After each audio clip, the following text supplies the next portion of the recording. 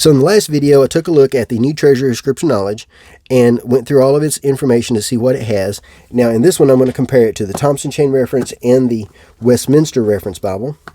So let's take a look at each of these one at a time. Here's how it compares to the Thompson. The Thompson is a topical study Bible. It is as much as possible non-biased, and its focus is topics. While the Treasury of Scripture Knowledge's focus is any reference. It's chain references, but it's also parallel passages. It's also antitypes. It's every type of reference you can imagine. And it includes Strong's numbers. It includes lots of other tools. It includes chapter summaries, and it has information about some of the text. So it does have some commentary. The Thompson will not have any commentary. So let's just take a look here. We got Luke 3. So we'll turn to Luke 3. So here's the number of references. The number of references is going to be different because that's the whole point of the Treasury of Scripture Knowledge. The advantage in the Thompson is that it identifies what the topics are in the text and then lets you trace those topics through the scriptures. So that's the main difference that you're going to see.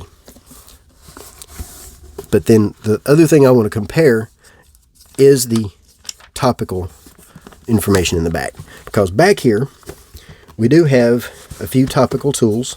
Here is something called a subject index. And this includes names of people. It includes names of books used in this volume. It includes some theology. It's lots of different things. So if you want to find a subject, you just go to the subject index. Same thing with the Thompson. It has an alphabetical index. And this is 8,000 topics. Now, I don't know how many is in the Treasury of Scripture Knowledge. I have not gotten that information. But if you look at the topics, we start with Aaron. And then Aaron is not here. So it does not include Aaron. Abiram starts with Abide. So it doesn't have all the people. And there's going to be some things that are not really that helpful, like acknowledge. So I don't think I'm going to look up the topic acknowledge. So I think the Thompson, when it comes to topics, the Thompson is going to be the tool that you want. If that's what you're using for study, if topics is your goal for study, then the Thompson is better. If the number of references is what you need, then the Treasury of Scripture Knowledge is going to be better. Of course, the advantage in a Thompson is that you can also just have a Bible and take it with you and study from it. But where the Thompson really shines is the vast amount of topics that it lists. Of course, the goal isn't to read them individually, read the verses individually. The goal is to read them in context. But it does give you print them out in the back so that you can use them if you want to. There's quite a bit there. 8,000 topics. And another thing with the topics in the Treasury of Scripture Knowledge is that they're not all things you're going to find in the Bible. There are some things, it includes things like names of writers. Like here's AIDS. And it talks about, it gives you a scripture, but that's not really a subject you're going to find in the Bible. Here is where this person is cited. Here's where this person is cited. You're going to find a lot of information that only appears in this edition, but it's not necessarily something you're going to study in the scriptures. So they do both have their advantages. If studying references is your goal, New Treasury of Scripture Knowledge is a good choice because you don't have to use a specific Bible. Any Bible works. If having everything in one volume is your goal, then the Thompson is a great choice. If studying topics is your goal, I think the Thompson is a better choice. Next is the Westminster Reference Bible from Trinitarian Bible Society. Now, this has no relation to the Westminster Confessions. It's not that. It is a reference edition with 200,000 cross-references. And they are from the Cambridge Concord, and John Brown of Haddington's Study Bible. And it does have chapter summaries. References are next to the verses they correspond to. And this one has updated words on the page. So let's turn to Jeremiah 39, and then we'll compare. Both do have chapter summaries.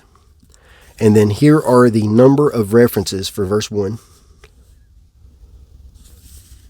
So quite a few references there. And then this one we just have a few.